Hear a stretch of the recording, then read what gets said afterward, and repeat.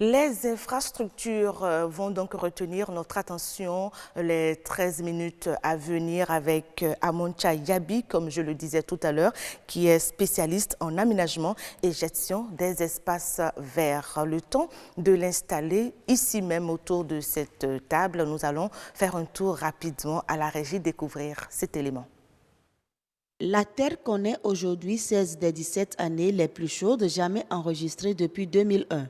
Selon la NASA, la lutte contre les changements climatiques est une priorité mondiale et l'installation des infrastructures vertes apparaît comme une solution. À en croire certaines études, l'infrastructure verte peut offrir plusieurs avantages sur le même territoire. Malheureusement, il en existe peu au Bénin. Plusieurs raisons expliquent ce manque d'intérêt pour les infrastructures vertes.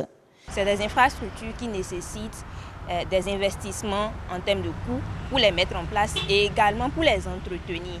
Il y a également cet aspect de manque d'éducation à la protection de l'environnement, c'est-à-dire éducation à l'éco-citoyenneté qui fait qu'on ne perçoit pas l'importance déjà de ces espaces-là et ensuite on ne sait pas comment les entretenir.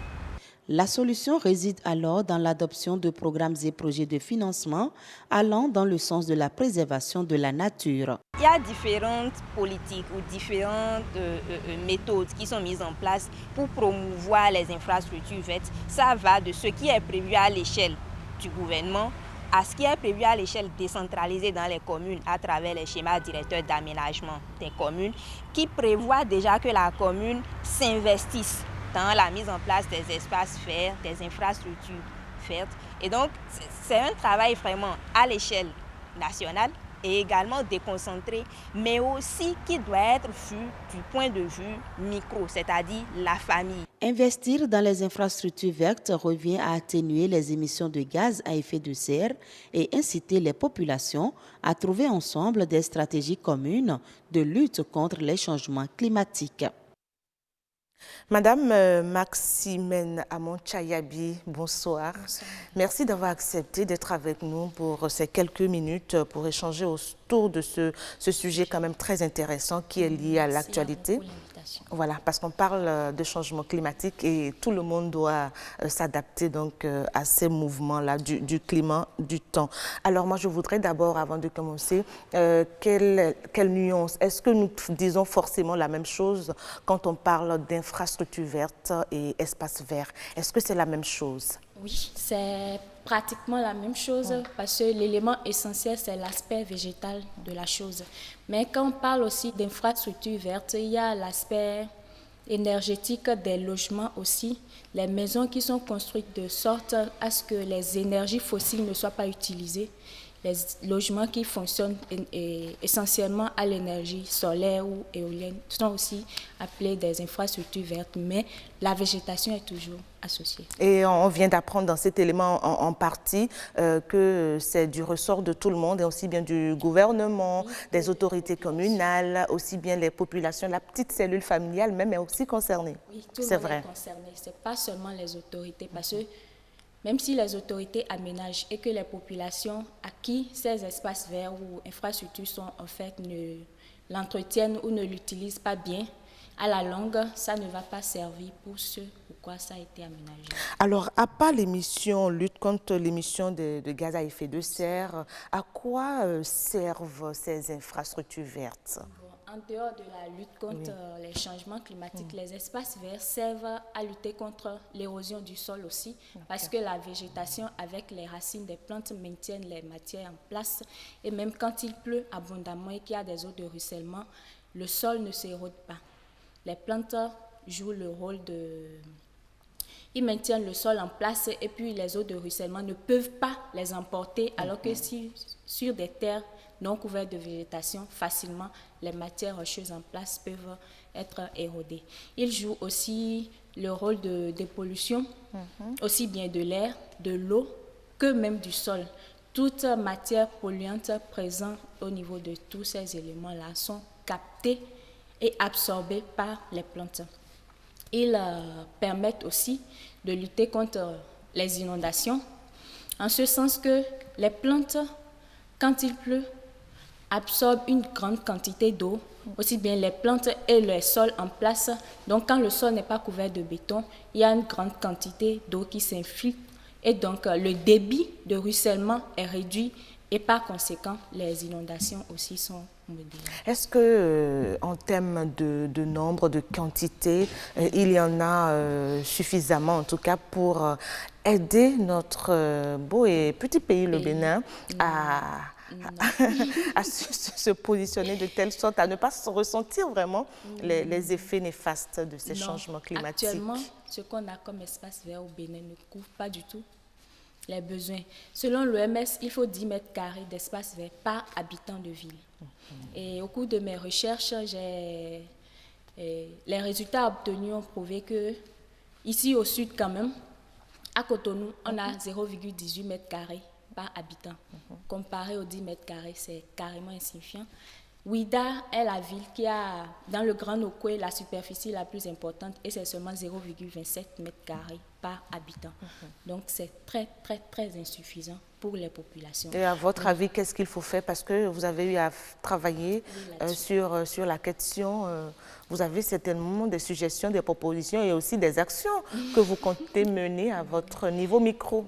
Oui, à mon niveau micro. Ce que je propose, c'est d'abord que les autorités prennent beaucoup plus conscience de la chose. Parce que quand on les suit, ils disent qu'ils veulent rendre les villes vertes, qu'ils veulent aménager des espaces verts, mais... Vous ne ressentez pas vraiment ça sur le terrain? On ne ressent pas réellement la volonté d'agir. Parce qu'ils n'ont pas d'objectif concret. Parce que quand on regarde pour les autres pays en matière de politique et tout, ils ont par an des objectifs. Ils se disent, avant la fin de telle année, nous allons aménager peut-être 10 ou 20 hectares d'espace vert. Mais on a quand même des espaces, Madame Amon Chayabi, il y a des espaces, juste que ce n'est pas suffisant. Il faut donc aller au-delà de ce que nous avons. La petitesse des superficies qui sont aménagées ne permettent pas de satisfaire les besoins des populations. Du tout pas. En matière de quantité, c'est grand parce qu'on dit 30, 70 et 29 par-ci par-là, mais ce n'est pas en fait le nombre qui compte, mais la superficie. Parce que c'est par rapport à la superficie qu'on détermine si le ratio des 10 mètres carrés est atteint ou pas. Alors pour les espaces du cas de Cotonou et de Ouida que vous maîtrisez apparemment, vous avez donné les statistiques tout à l'heure, il faut augmenter combien? Ce n'est pas suffisant, vous avez dit. Pour Cotonou, on a dit qu'il y a 0,18 mètres carrés. Si on fait 10 moins 0,18, il reste 9,80 environ. Donc, mètres carrés par habitant. Donc, il faut multiplier 9,80 fois la population de la ville de Cotonou aujourd'hui. C'est très grand. Donc, ça veut dire que le Bénin ne répond pas encore aux enjeux environnementaux, en tout cas, en matière d'espace vert. Ils en sont encore loin. Ou nous en sommes encore loin. Voilà. Le nous, c'est mieux parce qu'il faudra vous impliquer aussi. Aussi, ce n'est pas seulement les autorités, c'est toute la population qui doit s'y mettre. Et j'espère que nos autorités, parce que ce sont eux ou ce sont elles qui donnent le top. Il faut d'abord des politiques à l'échelle nationale avant que les municipalités ne prennent le relais et puis maintenant la population. Donc, si nos autorités donnent le top, c'est sûr que la population aussi va les accompagner et ça va se réaliser.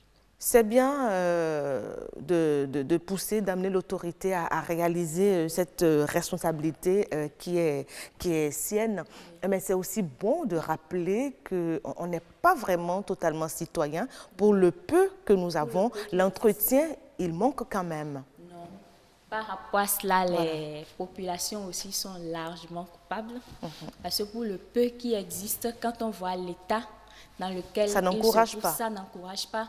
Avec des sachets par-ci, des matières fécales par-là, tu vois des gens debout en plein jour qui urinent et tu te demandes, bon, c'est qu'est-ce qui se passe? Donc il faut aussi que la population soit largement conscientisée et prenne conscience que ces infrastructures-là sont Je me pose la question de savoir pendant combien de temps on va conscientiser, parce que à chaque plateau, on revient sur les mêmes choses, on dit toujours la même chose avec les mêmes personnes, les mêmes acteurs, mais apparemment, on ne sent pas vraiment les choses changer sur le terrain. Donc, Est-ce plus de la va... conscientisation, il faut peut-être aller à la sanction aussi, à la punition des personnes récalcitrantes. Parce que si on ne fait que parler, ne faites pas ça, il voit que même si je fais, on ne me fait rien. Bon, il va dire, je continue à agir. Mais si les punitions commencent par frapper les personnes qui posent ces mauvais actes-là, le reste de la population va se dire, ah ben, tels acteurs ne sont plus autorisés sur les places publiques et vont s'absenter de, voilà. S'abstenir de les... Il faut rêver, il faut avoir du rêve et en même temps commencer donc par agir s'il y a défaillance par moment, s'il y a actes qui ne sont pas vraiment trop citoyens, il faut sévir. Merci beaucoup Madame Maximène Amonchayabi d'être venue nous parler de ces espaces verts. Vous avez compris, chers amis téléspectateurs, c'est de notre responsabilité. À nous tous, c'est vrai qu'il reste encore à combler beaucoup de choses, mais pour le peu qui existe déjà, il faut l'entretenir.